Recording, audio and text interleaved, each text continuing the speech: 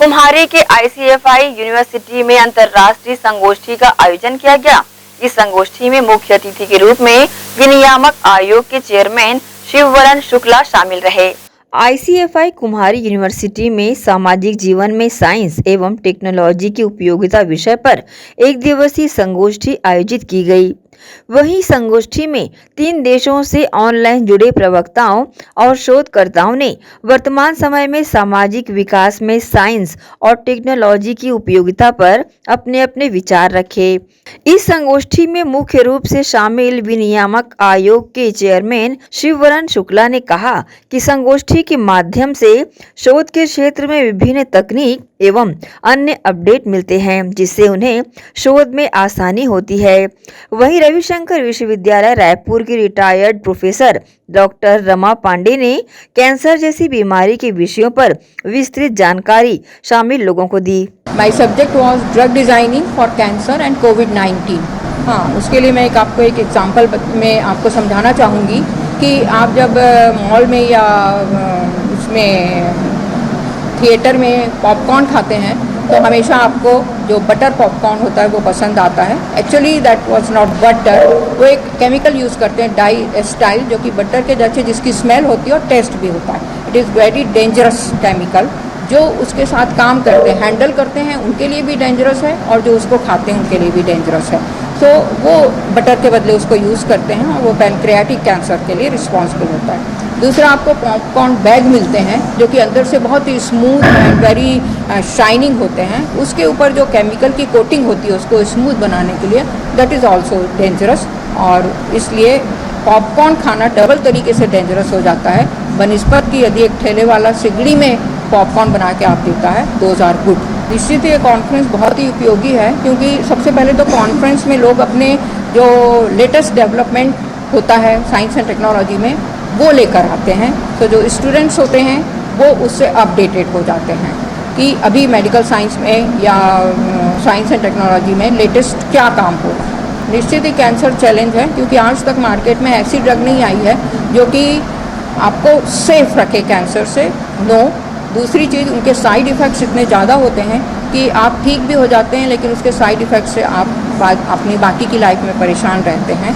तो स्टिल आज की डेट में भी एक डिमांड है कि एक सेफ और मिनिमम साइड इफ़ेक्ट वाली ड्रग मार्केट में है। पर वैसे तो मैं रिटायर हो चुकी हूँ, लेकिन चूँकि मेरे स्टूडेंट्स मिलके हम लोग सॉफ्टवेयर ड्रग डिज़ाइनिंग करते हैं, तो ये प्रोसेस हम घर पे भी रह के कर सकते हैं, क्योंकि हमें सिर्फ एक लैपटॉप चाहिए होता है और जो सॉफ्टवेयर हैं वो बहुत कॉस्टली होते हैं।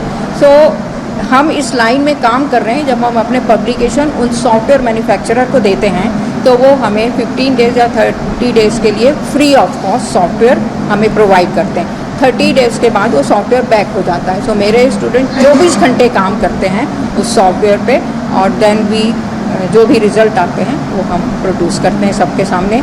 आज की डेट में कंप्यूटेशनल टेक्नोलॉजी ड्रग डिज़ाइनिंग के लिए एक बहुत ही इम्पॉर्टेंट और महत्वपूर्ण टेक्नोलॉजी बन गई। कॉन्फ्रेंस का जो थीम है, विषय है, वो एक समाज के एक साधारण व्यक्ति को ध्यान में रख के बनाया गया है। एक समाज के एक साधारण व्यक्ति कैसे उन्नत तकनीकी, जिसको हम सोफिस्टिकेटेड इंस्ट्रूमेंट टूल्स बोलते हैं, कैसे प्रभावी ढंग से उपयोग कर सके, इसको ध्यान में रख के यही उसका कॉन्फ्रेंस का उद्देश्य रहा और ये थीम उसी पे आधारित है। इसमें 5 की नोट एड्रेसेस हैं, जिसमें 3 देश से बाहर के हैं। एक सरजा यूनिवर्सिटी से हैं and one is from USA and one is from Malaysia, one is respected madam she is with us, और एक मैडम हमारे दुर्ग विश्वविद्यालय से हैं। इसके अलावा हमारा जो सोचना है इस कॉन्फ्रेंस के जरिए हम जो समाज को देना चाहते हैं कि समाज का हर व्यक्ति कहीं ना कहीं किसी व्यवसाय या व्यवस्था से जुड़ा है और वो यदि उन्नत तकनीकी को उपयोग करे, प्रभावी उपयोग की हम बात कर रहे हैं, तो कहीं ना कहीं उसके आउटपुट में एक वृद्धि होती है। ये चाहे तो प्रोडक्टिविटी के रूप में हो, चाहे तो टाइम बचत के रूप में हो या मैन पावर सेविंग के रूप में हो।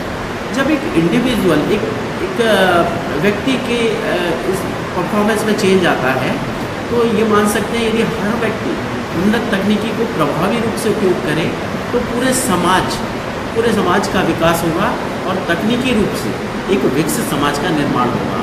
तो हमारा उद्देश्य यही है कि अभी तक जितने इंस्ट्रूमेंट्स टूल्स अवेलेबल हैं उनकी उपयोगिता शिक्षित, अर्धशिक्षित, अशिक्षित लोगों तक हो सके और प्रभावी रूप से हो सके। यदि हम देखें तो एक मान लीजिए हम दूर दराज के इलाकों की बात करें, वहाँ अशिक्षित अर्धशिक्षित लोगों की संख्या ज़्यादा भी हो सकती है। उस केस में यदि कोई इंस्ट्रूमेंट हम डेवलप करते हैं और वो शिक्षा के अभाव में उसका प्रभावी उपयोग नहीं कर पाते तो वो पिछड़ जाएंगे निश्चित तौर पे। तो यहाँ साइंस और टेक्नोलॉजी की जिम्मेदारी बन जाती है कि उनके उपयोग के लायक, प्रभावी उपयोग के लायक इंस्ट्रूमेंट का के बारे में काम करें, नए टूल्स दें और वो कास्ट इफेक्टिव भी हों, क्योंकि दूर दराज के हो सकता है। मान लीजिए हम कृषि एग्रो मशीनरी के बारे में बात करें, एक महंगे इंस्ट्रूमेंट्स होते हैं, ट्रैक्टर महंगा है, उसमें नए टेक फीचर्स हैं लेकिन महंगे हैं, हार्वेस्टिंग मशीन महंगी है। तो हमारी जिम्मेदारी है कि हम उनको सस्ते उपकरण मुहैया कराएं और वो प्रभावी रूप से उसको उपयोग करें, अन्यथा वो पिछड़ जाएंगे। इस चीज़ का ध्यान हमें बहुत अच्छे से रखना होगा। यही मैसेज है इस कॉन्फ्रेंस। बहरहाल इस अवसर पर विश्वविद्यालय के कुलपति सत्य प्रकाश दुबे ने सभी अतिथियों का स्वागत सम्मान परंपरा अनुसार किया। वहीं इस अवसर पर कॉलेज के प्रोफेसर व बड़ी संख्या में शोधकर्ता शामिल रहे। ग्रैंड एशियन न्यूज के लिए शैलेंद्र खरे की रिपोर्ट।